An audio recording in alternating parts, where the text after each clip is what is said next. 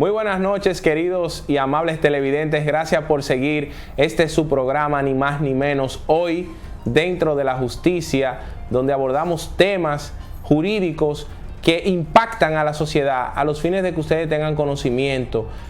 Como dice un querido amigo por ahí, siempre dando pues un pincel de lo que nosotros entendemos sobre distintos temas que impactan y que crean opinión pública y que nosotros podemos abordar por el hecho de que tienen de alguna manera tienen relevancia jurídica. En esta semana pues hemos tenido un millar de temas que podíamos tratar, pero vamos nosotros a tratar pues dos temas que son importantes para ustedes, la sociedad, y que han hecho opinión pública, que es el caso de Odebrecht, un poco cómo va la audiencia de juicio, y el último caso que ha copado todas las, vamos a decir, los ratings de audiencia, que es lo que el Ministerio Público ha denominado la Operación Antipulpo.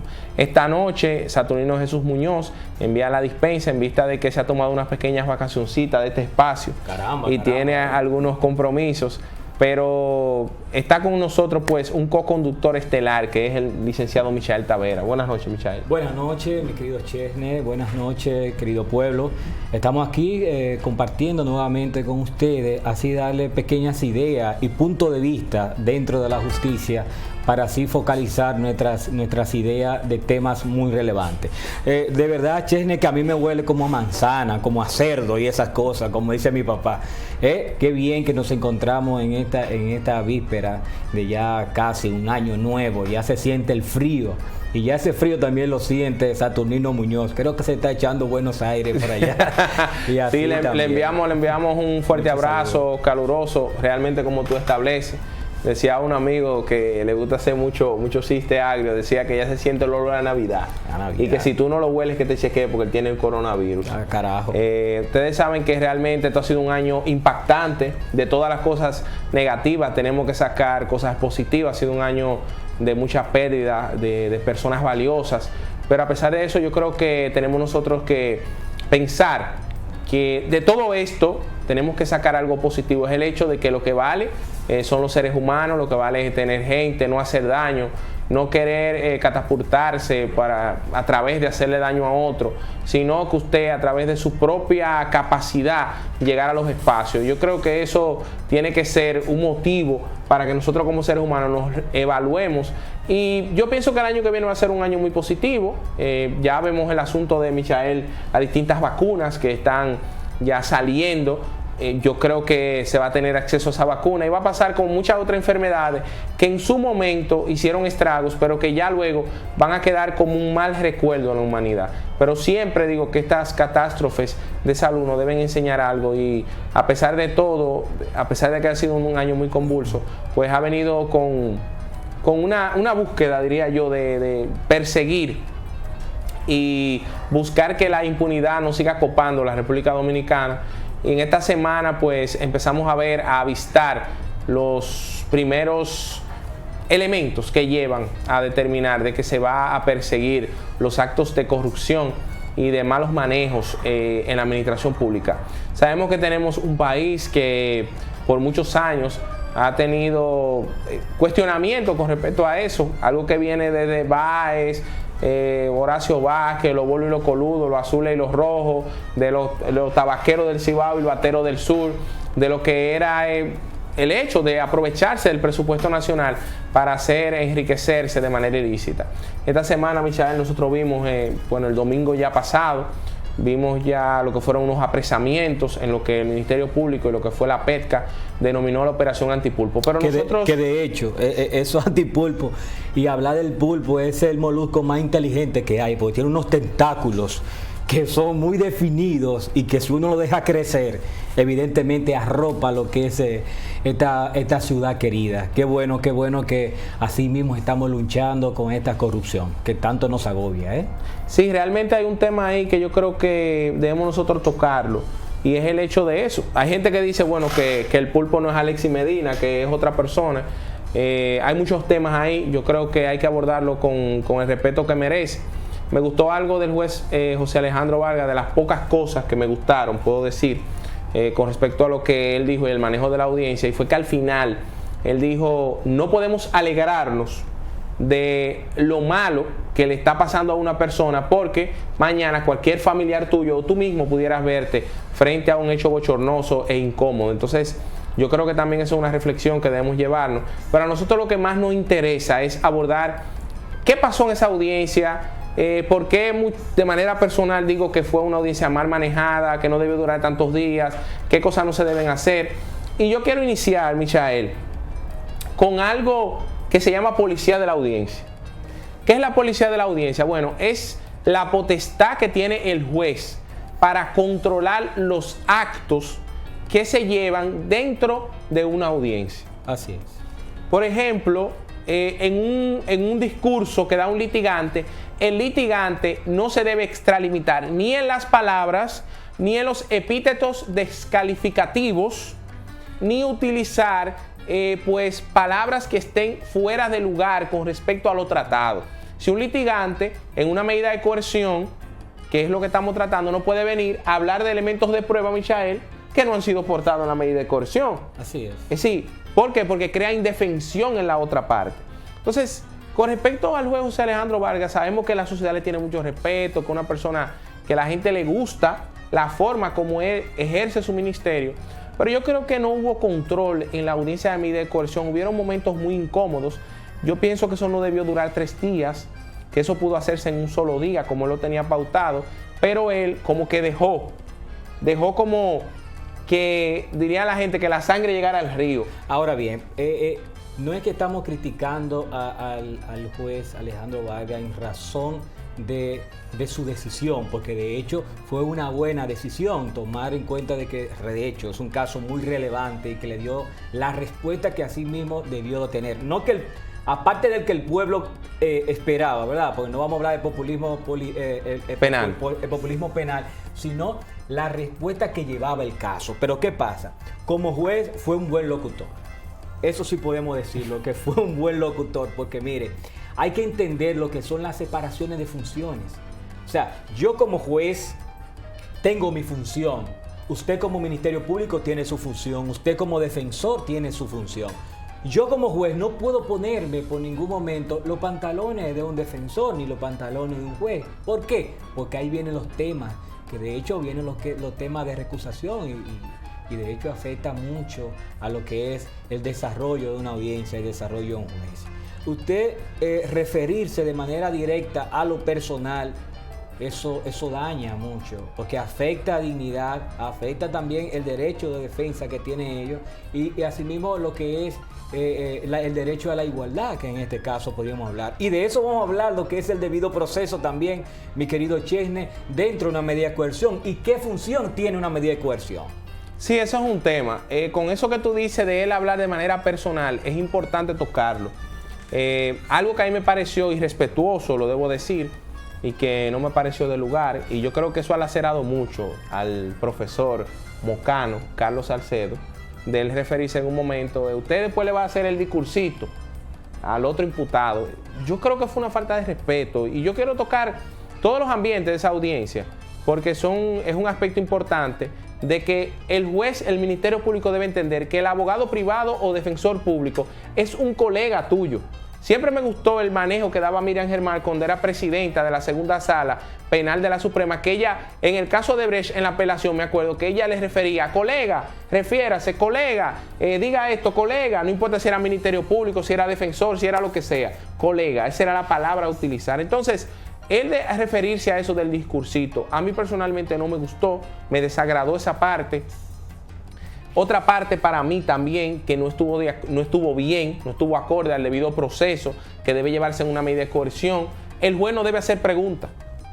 El artículo 326 del Código Procesal Penal lo dice claro, el juez no debe hacer preguntas. Ahora, escúchame, Chesney, lo que sí puede es aclarar, pero aclarar algo que él no puede entender en el momento. Él no entiende algo que no escuchó. Exacto. ¿Qué usted quiso decir con eso? ¿Qué usted quiso decir? Pero no hacer preguntas de manera directa. Que tengan que ver con los hechos. No, por ejemplo, jamás. ¿Por qué usted tenía ese fusil en esa casa? Él le preguntó a un imputado. ¿Qué usted hacía con ese fusil? ¿Qué pasó con el contraescrito que le No, ¿por qué? Porque cuando un juez inicia a hacer preguntas de ese tipo, el juez muestra que tiene una teoría de caso. Es cierto. Sí, que el juez tiene una idea ya preconcebida de cómo ocurrieron los hechos. Entonces, ese tipo de cosas que hizo ese juez están inadecuadas y es bueno que la gente lo sepa. ¿Por qué? Porque nosotros no podemos dejar que ese tipo de actuaciones se hagan normal, que luego no la quieran hacer a nosotros. Eso no está acorde. Me gustó uno de los imputados, Michael, que estaba tan bien asesorado jurídicamente que cuando el juez le hizo una pregunta, el imputado le dijo al juez: mis abogados van a responder cualquier pregunta que quieran hacer. Como debe de ser. Es un tema también. Otra cosa que mucha gente criticó, que algunos imputados no se dejaron hacer preguntas de parte del Ministerio Público. La medida de coerción no es un interrogatorio. Ahora bien, mi querido Chesne, y ahí la ley es clara, la ley establece de que sí puede hacer cuestionamiento, se puede interrogar testigos, siempre y cuando se pueda establecer lo que es la vulneración a un debido proceso, a un derecho fundamental. Exacto, que según la resolución 1731-2006, artículo 10, habla sobre derechos fundamentales. Él permitió también interrogatorio en medida de coerción. Eso no se estila. No. Solo se hace la presentación de testigos y recordamos, señores, que los imputados no son testigos. El imputado no es testigo. Para el imputado pasar de imputado a testigo debe dársele o un archivo o dársele un criterio de oportunidad que se puede hacer en virtud de lo que establece 369 de tramitación compleja. Es otra cosa también, Michael, que es bueno explicarle a nuestro amigo televidente en qué consiste la tramitación compleja. Pero ¿qué sucede con respecto a los imputados? No es correcto que se le interrogue. Había gente también en las redes, vi mucho eso, decía, bueno, ese no quiso responder preguntas. No, usted no está obligado a responder preguntas, por lo menos en esa etapa. Y en ninguna etapa que usted no lo quiera, si es imputado. Y eso es debido proceso, porque hay muchas personas que entienden que el debido proceso es del derecho a la justicia. No, eso es parte del debido proceso, pero también el derecho que usted tiene dentro de la justicia, también eso corresponde a un debido proceso. Y eso es una de las luchas, Chesne, que ha llevado la humanidad por muchos tiempos. Y estamos hablando de la primera carta magna de 1215, recuerda, con el rey Juan Sin Tierra. Juan Sin Tierra. ¿Te recuerdas? Recuerdo que se establecía ese derecho. Que ahí fue que iniciaron, como quien dice, esos son los visos de lo que son la garantía del debido proceso, lo que es el habeas corpus y un sinnúmero de garantías que hoy tenemos en la Constitución Dominicana, en la Convención de Derechos Humanos, y que protegen, tutelan. Muchas veces las personas, cuando pasan, porque este tipo de casos son casos que laceran en lo más recóndito del ser humano. ¿Por qué? Porque, señores, cuando una persona mata a otra, crea un furor en esa persona que desaparece de la vida, pero deja un estrago en su familia y en su comarca, en su lugar donde se desarrolla. Ahora, cuando un ser humano se roba el dinero que es para hacer un hospital, y al Estado le toca, o le corresponde al Estado, pagar 3 o 4 veces para ese hospital, cuando pudieron hacerse 3 hospitales más, eso lacera a la sociedad entera. Pero debemos decir nosotros, señores, que debemos cuidar de que estos procesos se hagan dentro del marco de la legalidad y del debido proceso. ¿Por qué? ¿Sabe por qué? Ahí que entra el por qué. Porque ya comienza a crear motivos para una apelación y no queremos... O sea, yo soy parte del pueblo, yo me tiraría el pueblo también, que ahorita estas cosas digan, bueno, que se queden impunes. Hubo problemas por un mal manejo. Eso es lo que estamos cuidando. Ahora, Chesne, yo quiero que tú me digas, yo pude notar las pequeñas cosas que pude ver de litigante, hablando de teoría de delito, de calificaciones jurídicas y todo eso, y estableciéndosele al juez. ¿Tú crees que en una medida de coerción se discute estos temas? Porque yo, cuando pasé por la escuela, entendí que, y así me explicaron, que la calificación jurídica la faculta quién para verificar, y que de hecho varía y así mismo la ajusta. Pero esta no era la etapa procesal para hablar de esas situaciones procesales, valga la redundancia, para así llevarle al juez. Y por eso es que esto se extendió demasiado, porque no se debió de hablar tanto. Una medida de coerción lo que tiene como finalidad es establecer, bueno, la gravedad del hecho, el peligro de fuga, y asimismo los mecanismos que se necesitan para que el Ministerio Público pueda investigar. Y que de hecho solicitó lo que tú establecías, Chesne, lo que era la complejidad del proceso. Sí, mira, con respecto a esos casos complejos, quiero que lo discutamos un poquito más adelante, qué conlleva eso. Pero mira, con respecto a eso, yo voy a disentir de ti en eso. Mira, la resolución 1731 habla del ámbito de discusión de la medida de coerción, Yo lo que entiendo que el juez Vargas debió decir, hay personas que no lo encuentran bien, pero en estos casos, porque es que un buen juez nada más no es un juez que sabe decidir, un buen juez es un juez que tiene temple para decir, espérese señor, por ahí no es, mire, esto es lo que va. Michael, usted es Ministerio Público, usted tiene 15 minutos para tratar ese tema. ¿Qué es lo que él debió hacer? Es delimitar las intervenciones. Y tú lo sabes que en los casos complejos, los jueces intervienen y dicen, Ministerio Público, estás redundando. Porque es un motivo de objeción cuando ya tú estás redundando sobre lo mismo. ¿Y cuál fue una de las mayores críticas con la cual inició el juez Vargas? ¿Tú sabes cuál fue la mayor crítica? Que le dijo al Ministerio Público, en otra ocasión, coloquen de manera clara de qué se le acusa a cada quien. ¿Qué sucede con el asunto de la calificación jurídica? Vimos al profesor Eduardo Núñez, magnífico en su exposición, de manera muy clara, una gente tipo con unas ideas preclaras con respecto al derecho, que Eduardo Núñez lo que quería establecer, Michael, era que no había delito precedente con respecto a su imputado, y que como no había delito precedente, entonces no podía haber lavado de activos. Y si no se le puede acreditar ningún tipo penal a él, entonces no se le puede poner ningún tipo de medida de coerción. Lo que sucede es que la discusión giró mucho en base a la calificación jurídica. Es que ahí donde yo te llevo, mi querido Chesney. Yo quiero saber, ¿ese juez podría establecer cuál era la calificación jurídica adecuada? No, claro que pues no. entonces, Claro o sea, que ¿qué hace hablando un litigante, hablando de una desviación que si no se subsume al tipo penal con la calificación? El Ministerio Público lo que le estableció fue un relato sucinto de un hecho. Porque recuérdate, no es una acusación, porque muchos hablaban, ¿cuál era la acusación del Ministerio Público? Eso no era acusación, mis queridos espectadores, eso era una medida de coerción. Ahí lo que se estaba presentando era un relato sucinto de qué se le estaba solicitando la medida de coerción y el por qué. Ahora bien, hablar de una calificación jurídica de manera detallada, así como lo hacía, que de hecho ese doctor merece mi respeto, muy buen teórico, pero creo que como procesal voy a disentir, Chesney, con usted, pero ahí no se sujeta de manera procesal. Por eso no fueron técnicos, por eso fue la dilatación de ese proceso. Mira qué pasa, es lo que vuelvo y te digo, yo como litigante, bueno, tú que eres muy buen litigante también, yo creo que todo debió ser sobre caer cualquier situación que se dio sobre el juez, porque el juez no supo manejar.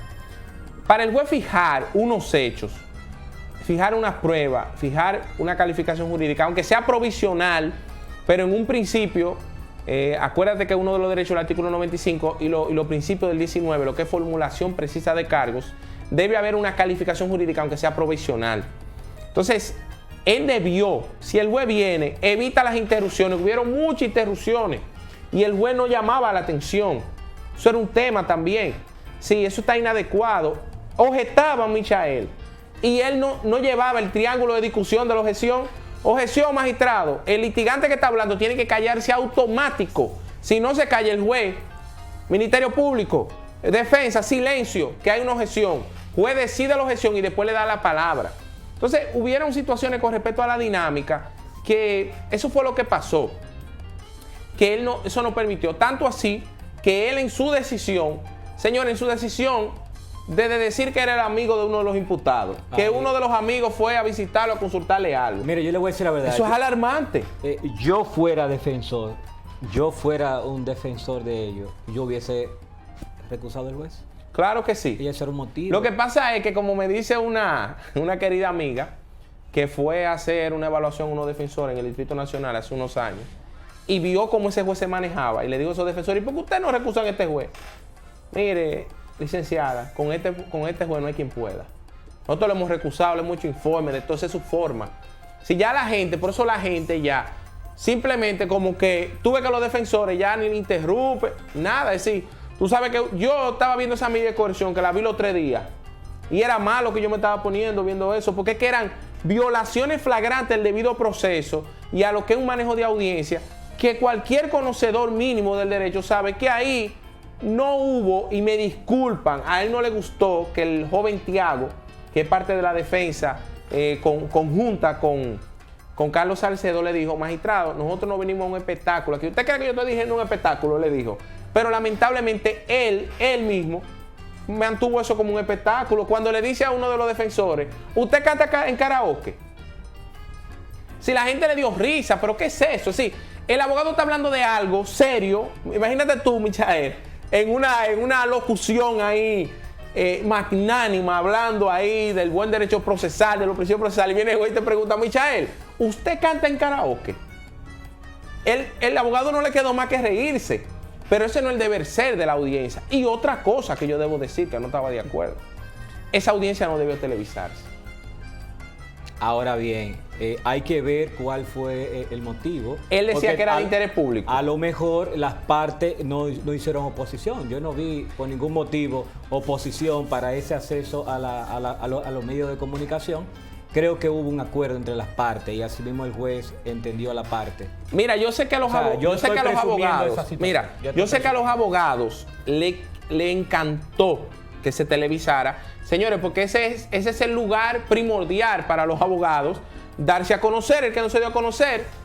Sí, Eduardo Núñez era muy conocido en el ámbito jurídico, Michael, pero Eduardo Núñez, déjame decirte que después de esa intervención en esa audiencia, ganó más de 4.500 seguidores en Twitter. Ganó más de 4.500 seguidores en Twitter. Es decir, es un espacio muy bueno para usted como abogado proyectarse, pero la realidad es que las medidas de coerción son privadas entre las partes. ¿Quiénes son las partes que debemos nosotros? Eso fue otra, Michelle. El juez, Ministerio Público y Defensa utilizando la palabra parte como si ellos fueran parte del proceso. Señores, los abogados no son parte del proceso. No. Lo que son parte del proceso es quien la decisión le afecta. ¿Quiénes son parte del proceso? La víctima y el imputado. Y el tercero civilmente responsable en los casos que, vamos a decir, que fuere necesario. Ahora, el juez, el Ministerio Público y la Defensa son actores procesales. Actores procesales. Otra cosa que el juez también dijo, que yo no estoy de acuerdo, que él confiaba en la buena fe del Ministerio Público. ¿Y a qué se refirió eso? Que él decía que él no podía cuestionar los hechos presentados porque él confiaba en la buena fe del Ministerio Público. Yo no estoy de acuerdo con eso. Eso no es cuestión de buena fe. Eso no es cuestión de buena fe. Porque entonces, ¿y la buena fe de los abogados de la defensa? ¿Y la buena fe de la víctima? Que pudiera venir ahí una víctima ahora, cuando el gobierno dice que va a contratar abogados. Que ya viene. Va a contratar un grupo de abogados para que se constituyan en representación del Estado, para que ellos reclamen los bienes económicos, si se probase, ¿no?, el asunto de la corrupción y eso, y la malversación de fondos y de falco, los bienes económicos, para que vuelvan a favor del Estado. Van a contratar una barra una barra de defensa de los derechos del Estado. Yo ahí pudiera cuestionar, Michael, porque independientemente de todo, el Ministerio Público representa al Estado. Sí, y el Ministerio Público puede también procurar, porque esos bienes, si vamos a suponer, si se establece el desfalco, lavado de activos y demás, el Ministerio Público puede, pues, solicitarle al tribunal que eso sea incautado en favor del Estado. Pero es una facultad que tiene también el Poder Ejecutivo de solicitar a través de lo que son sus jurídicos, un grupo de abogados para eso. Y creo que eso entra también a lo que tú establecías, la complejidad del proceso, porque aparte de los plazos, que vamos a hablar más adelante de su característica, creo que también la normativa procesal penal establece que pueden ser nombrados para procurar los derechos de la víctima. En este caso pueden ser contratados, y estamos hablando no solamente de una víctima, estamos hablando del pueblo dominicano entero, ¿entiendes? Sí, es una realidad. Algo que el juez dijo y que yo no estoy de acuerdo también, que le digo, estamos analizando situaciones con respecto a la medida de coerción, que el juez le dijo a uno de los imputados que dejó en presentación periódica, al único que dejó en presentación periódica, le dijo, le voy a poner presentación periódica, porque no existe en el Código Procesal Penal la figura de que usted puede, sobre la promesa del imputado, dejarlo para que él se presente. Sí, acuérdate que antes, la ley 1015, existía la promesa de presentarse. Magistrado, yo prometo que me voy a presentar. Y el juez, sobre la base de esa promesa, pues lo dejaba sin medida o simplemente le ponía su presentación periódica. No es obligado poner medida de coerción. Él la puede rechazar, la medida. y cuando rechaza la medida no imposibilita al Ministerio Público de presentar acusación. Si él entendía que un imputado no era necesario colocarle medida porque hasta ese momento los hechos fijados no verificaban una vulneración, porque eso fue lo que él dijo, una violación a la ley. Entonces él pudo haber rechazado la medida con respecto a ese imputado. Dice el Ministerio Público, no es necesario colocar medida a este imputado. Otra situación alarmante, y estamos dando opiniones jurídicas, porque nosotros somos legos en el derecho, pero sorpresivas totalmente. El juez falló ultra petit. ¿Por qué? El Ministerio Público, de común acuerdo con la defensa, le pidió prisión domiciliaria a uno de los imputados. Y es cierto que por ser mujer no le puso una medida. Es otro tema que yo. Es otro tema que. Es otro tema, mira. Yo comencé a odiar. Pero oye, con respecto a ese imputado. No pude ver nada en el código. Que el Ministerio Público solo le pidió prisión domiciliaria. Él le puso grillete al imputado. Él la combinó eso con grillete y con seguridad. De que seguridad si los grilletes no funcionaban. Es decir, eso no se combina, ese tipo de medidas no se combinan. Pero además, si a usted no le solicitaron esa medida, el juez no pueda imponerla. Eso fue otro tema. Es decir, la prisión domiciliaria no se vincula con ninguna medida, Michael.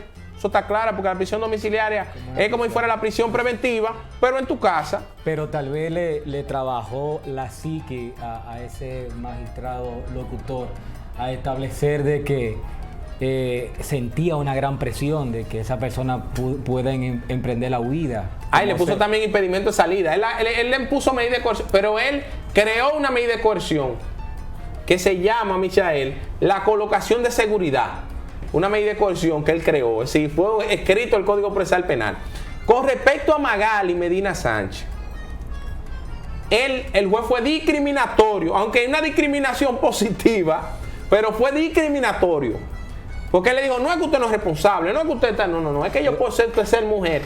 Y déjame decirte que las feministas reales en las redes sociales criticaron eso.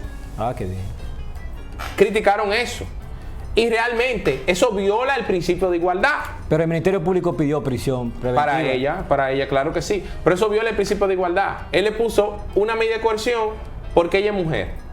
Una medida de coerción diferente a la prisión preventiva. Pero se le debió dar prisión también a esa mujer. Bueno, y así no tuviéramos esos conflictos con esas feministas. Yo soy más garantista con respecto. Yo creo que había que darle prisión. Mira, yo soy más garantista con respecto a esos procesos. Yo no cambio mi idea con respecto a que es mejor colocar medidas no privativas. Se gasta menos dinero en seguridad, no se le da comida a esa gente. Chesney, eso es un tema. Recuérdate 234 que hay imputados que hasta desaparecen pruebas y desaparecen testigos y esas cosas. ¿Y ustedes creen que tienen la facultad esa familia, ¿cómo se llama el apellido de la imputada? Medina Sánchez. Ese apellido Medina Sánchez, tienen la facultad y el poder de desaparecer pruebas? Yo no te lo dejo a ti a razón. Eso es un tema. Te lo dejo a ti a razón. Eso es un tema que debe someterse a discusión. Pero yo entiendo que el Estado, con todo el poder punitivo que tiene el Estado está en pos de tutelar los derechos de la gente. Mire, yo entiendo que al final nosotros tenemos que tener mucho cuidado. Recuérdate que si ellos están libres, hay más tiempo para hacer la acusación, que es un tema también. Es cierto. Es un tema. Es decir, recuerden que ahora el Ministerio Público se colocó una camisa de fuerza. ¿Por qué una camisa de fuerza? Porque ahora el Ministerio Público tiene un límite para acusar. Antes no lo tenía. Ahora tiene un límite para hacer la acusación, que son de 8 meses. No, exacto. 8 meses para la prisión y 12 si está en libertad. Si están en libertad. Es decir, que yo por eso digo, pero ¿qué pasa? Que ¿cuál es el tiempo que va a ser más perentorio? El del 8 meses, porque hay más presos que libres. Entonces tú, para que el plazo no te corra, y como son todos juntos en una acusación, pues tú lo que haces es que lo acusa con el plazo mínimo. Entonces eso es un tema. El Ministerio Público va a tener ahora que ponerse, como ha estado y sabemos todos estos meses han estado muy entretenidos. Pero yo le voy a decir algo, señores. Estos son casos que hay que tener mucho cuidado. Porque esto no es un caso de una persona que se robó un saco de plata en el Salcedo, ni de una persona que le dio una galleta a otra. Estos son casos complejos. Los casos de criminalidad organizada, lavado de activos, son los casos más difíciles de investigar y de probar. Porque tú estás trabajando con gente que se sientan con contadores, abogados, a estudiar la ley, especialistas, y ver cómo vulnerar la ley sin ellos poder ser perseguidos. Nosotros queremos seguir hablando un poco sobre lo que es este proceso. Queremos hablar de lo que son los delitos complejos, la declaratoria de casos complejos también, qué conlleva esto, con qué se come eso, y hablarle un poco también de cómo va el caso de Odebrecht. Todo esto luego de una breve pausa comercial, así que no le cambien. Está Michael Tavera y Chesnel Calcaño con ustedes esta noche. Nos vemos.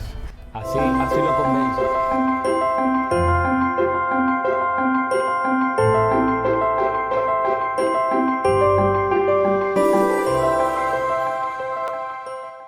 Ni más ni menos, hoy dentro de la justicia, Michael Taveras y Chesnel Calcaño con ustedes, dándole las gracias a todos ustedes que de nuestros hogares nos siguen y nos privilegian con su presencia siempre ahí a través de la magia de la televisión. Michael, antes de salir de este bloque, pues hablábamos un poco del caso de la operación Antipulpo, que ya me dicen que en este momento como que va a ser difícil vender el plato de pulpo al ajillo y a la vinagreta en los restaurantes, porque ya la gente tiene miedo a pedirlo, porque si lo piden cerca de alguien que tenga algún lastre, pues es posible que sienta que lo van a allanar. No, pero sí, pero es bueno, pero para comérselo. Sí, bueno, el pulpo... Para comérselo. El pulpo, bueno, yo creo que es una buena idea de colocar ese tipo de nombre a los casos, porque, señores, parte de un caso, un gran caso, es la publicidad que usted haga con ese caso, aunque usted no lo crea, la opinión pública. Eso no es a lo loco que se hace, Michael. No, y también para la teoría del caso y en el tema de la litigación. Ya tenemos un lema desarrollado. Claro, date cuenta que en Brasil, el caso de Odebrecht, que inició con la operación Lavallato. ¿Por qué se llama operación Lavallato? Porque el caso de Odebrecht inicia en un car wash, lo que nosotros conocemos aquí como car wash. Un insignificante policía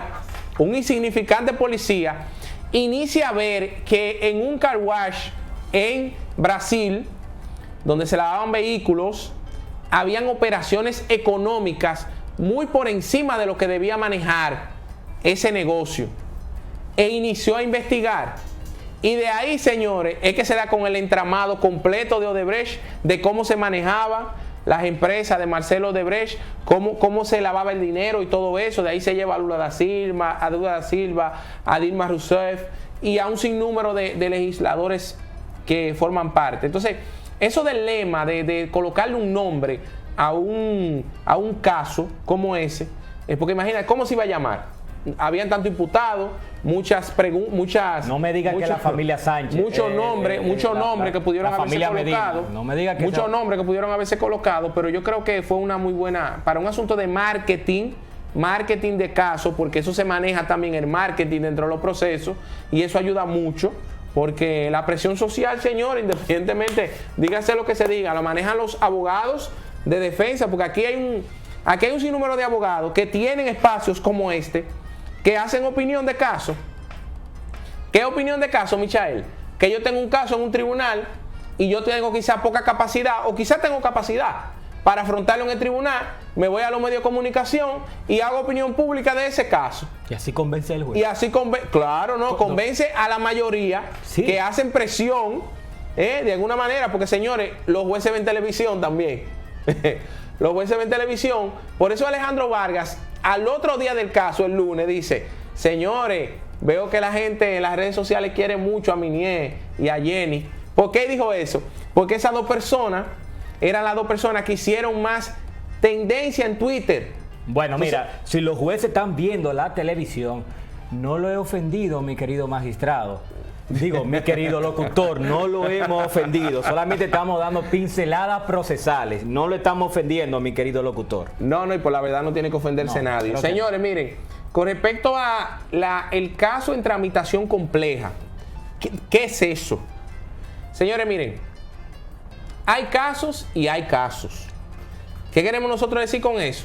Le decía antes del bloque, quizá para usted es relevante que le roban un racimo de plátano de su finca. yo a mi llegada aquí a Moca como litigante, me di cuenta de lo importante que son los plátanos y los aguacates. Pero cuando hablamos de un caso de criminalidad organizada, donde, como yo le decía antes de cerrar el bloque, un grupo de personas se asocian para hacer de lo ilícito, darle apariencia de lícito. El que se va a robar un saco de plátano a una finca, no se pone un traje que parezca de que como si fuera trabajador de esa finca. No va de que déjame yo hacer un chequeo con rayo X, a ver cómo lo voy a hacer, si voy a cortarlo al alambre. No, se vuela por ahí, mete su plátano en el saco y se lo lleva. En el caso de estos delitos se crean empresas de carpeta, se crean locales, se crea nombre comercial, se engaña las intermediaciones financieras. Entonces es difícil. Por ende, ¿qué es lo que ha hecho el legislador? Colocar en el Código Procesal Penal una instituta que se llama casos de tramitación compleja. Y para esas personas así mismo que tal vez no sean abogadas y que de hecho pueden ser estudiantes y que no entiendan esta parte jurídica que estamos estableciendo, es como su nombre lo dice, esos casos que llevan una complejidad, una dificultad y que de hecho trae consigo diversos tipos penales envueltos, acompañado de diversas personas que componen esa organización y que trae como finalidad diversas laceraciones a víctimas. De ahí es que viene esa declaratoria de casos complejos. De ahí, por eso el código lo establece así, por la misma complejidad en cuanto a su creación y en cuanto a su investigación. Sí, hay una realidad que se da ahí y la gente quizás se preguntará, ¿y qué eso hace? ¿Qué lleva eso en el proceso? Bueno, ¿qué hace eso? Que los plazos se dupliquen. Así es. Los plazos se dupliquen. ¿Pero para qué se duplican? Bueno, pues se duplican, por ejemplo, en el caso de ahora que van a apelar, ya no son 10 días para la apelación, sino 20 días. Así es. Es decir, se duplican porque la complejidad del caso, como tú decías, la magnitud del proceso lleva a que no va a ser una resolución de 2 hojas que va a salir en ese caso. Es una resolución que debe estar debidamente motivada. Pero también el plazo de prisión preventiva aumenta. Por ejemplo, el Ministerio Público pidió 12 meses.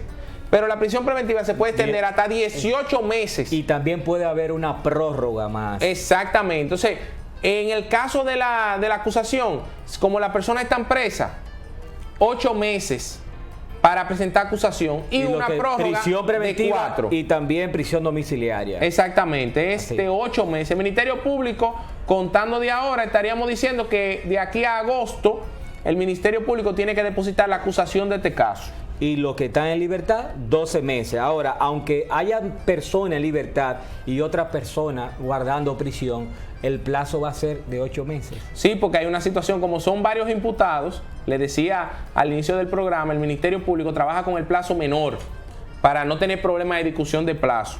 Trabaja con el plazo menor. Entonces, ustedes van a ver ahora que este proceso se va a extender, como el caso de Brecht, que se ha extendido, ya está casi los 4 años.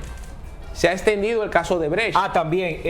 También los casos complejos tienen una duración máxima que es de 4 años, pero ya con la modificación de la ley 1015 ya dio la facultad que ellos son 4 años. Antes eran 3 años, pero ahora son 4 años para los casos normales. Hubo un problema ahí con eso, porque al final los casos complejos y los casos normales van a ser iguales. Se juzgan en el mismo tiempo, una aberración jurídica, porque si tú le duplicas el plazo para el Ministerio Público presentar acusación, si tú le das más tiempo a la prisión preventiva, entonces tú tienes que darle, aunque sea un año más, a los casos de tramitación compleja. Y ahí va a tener que mediar una discusión a la hora que se quiera solicitar el 148, lo que es el vencimiento del plazo máximo de un proceso, de que el juez va a tener que tutelar eso, Michael, sí. Va a tener que tutelar eso ahí, de verificar, no, porque el legislador ahí lamentablemente cometió un error. Colocó los casos mínimos, los casos de bagatela, a que duren 4 años. Igual. Y lo complejo también a 4 años, cuando usted le duplica los plazos en los casos complejos. Entonces es importante que la gente lo sepa esto, que este caso se va a tratar de esa forma, que los plazos van a duplicarse, que ustedes van a ver que es posible, Michael, que en agosto el Ministerio Público coloque más gente en esa acusación. Sí, puede ser. Todavía puede ser, si tienen lazos con este caso, Claro que sí. el Ministerio Público en este interín puede hacer más allanamientos, más apresamientos y solicitarle medida de coerción a esa gente y acusarlo juntos. Exacto. Lo puede hacer el Ministerio Público. Entonces, es importante que la gente lo sepa. Y también que recuerden que esta declaración de casos complejos no solamente de motum propio del Ministerio Público, que va a decir, bueno, vamos a extender los plazos. No, se hace a solicitud ante el juez que otorga esa decisión de la complejidad de casos. Y no solamente, mi querido Chesney y queridos espectadores, que en cuanto a plazo que tienen la misma característica, porque ahorita también vamos a hablar de acuerdo a lo que son los testigos y el cambio de orden de prueba, porque también el juez, como tú decías, que aparte de ver televisión, no es robot. También debe ser un juez razonable y va a entender de que tratándose de un caso complejo que lleva multiplicidad de testigos, de pruebas, de imputados, víctimas, testigos, y hay que citar a muchas personas. Entonces lleva consigo a ciertos rejuegos que la norma lo va a establecer. Sí, Tú vienes ahí, tal vez me va a cuestionar, pero vamos a discutir esa parte. Mira, con respecto a esos elementos, lo que es la prueba en bloque, es un tema que nosotros debemos ver, Michael. El asunto de, y es bueno que tú puedas establecer esa parte también, lo que es la prueba en bloque. A mí no me gusta eso de prueba en bloque. A mí no me gusta. La prueba en bloque lo que lleva es que cuando hay muchos testigos, estamos hablando, por ejemplo, no hay un número, pero a mi juicio, por ejemplo, 50 testigos, desfilar 50 testigos por un tribunal. Imagínense ustedes cuánto dura un proceso, eso sería una locura. Lo que se le da es la facultad al Ministerio Público de que entreviste esos testigos, lo entreviste, lo coloque en un documento, que después ese documento se incorpora por su lectura al tribunal.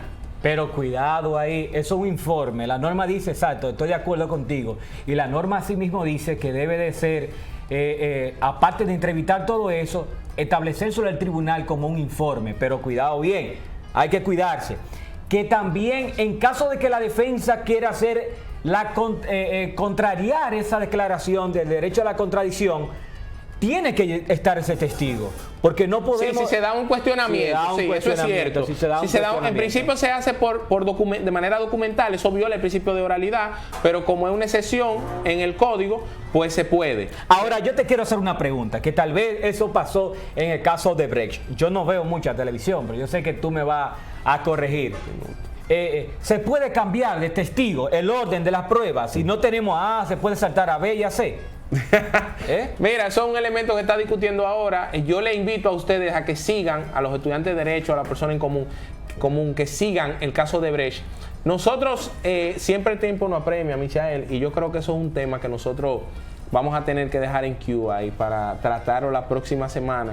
Que nosotros vamos a estar aquí la próxima semana nuevamente. Vamos a estar aquí. Vamos a hacer, si Dios lo permite y la salud no lo permite, lo estaremos por acá. Bueno. Y vamos a seguir hablando de esos temas que son de interés. Mire, nosotros agradecemos la presencia suya, que ustedes estén ahí nuevamente con nosotros, que nos sigan por las redes sociales en YouTube. Y que hagan preguntas, claro que sí, a través de las redes. Que las respondemos todas. A través de las redes, no solo las redes sociales personales de nosotros, Michael Tavera, Chesney Calcaño, sino a través también de ni más ni menos dentro de la justicia. Y un abrazo cálido a Saturnino Jesús Muñoz y a Ramón Arturo Méndez Zarzuela, que son los productores ejecutivos de este programa. Y que nos están dirigiendo desde casa. Así que muchas gracias. Pasen buenas noches. Lo queremos. Placer. Hasta luego. Bye bye.